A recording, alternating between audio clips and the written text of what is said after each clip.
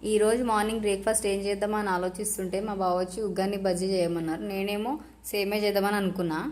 సర్లే ఇంక అడుగుతున్నాడు కదా అని ఉగ్గాని బజ్జీ చేస్తున్నా. తన కోసం చేసి తనకి పెట్టేశాను, తింటున్నాడు. ఇంతలోనే మా చిన్నోడు లేచాడు. వాడు లేస్తే వాడి కళ్ళ ముందు నేనే కనిపించాలి.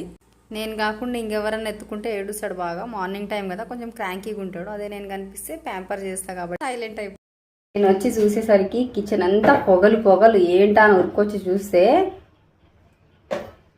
ఇదన్నమాట సంగతి. బజ్జీలు చూడు ఎలా చేశాడో, మొత్తం కాలగొట్టేశాడు. ఇప్పుడు మేము ఇవే తినాలంట, తను మాత్రం మంచి మంచి తినేసి డ్యూటీకి వెళ్ళిపోయాడు. అప్పటికి నేను చెప్పాను, మళ్ళీ ఏమి మాకు బజ్జీలు నేను వచ్చి చేస్తాను, ఉన్న బజ్జీలని బాండీలోంచి తీసి బయట పెట్టు అని చెప్పాను నేను. వినకుండా ఆయన చేసిన ఘనకార్యం ఇది. సర్లేండి, మొత్తానికి ఈరోజు బ్రేక్ఫాస్ట్ అయితే మాడిపోయిన బజ్జీలు, ఉగ్గాని, చాయ్.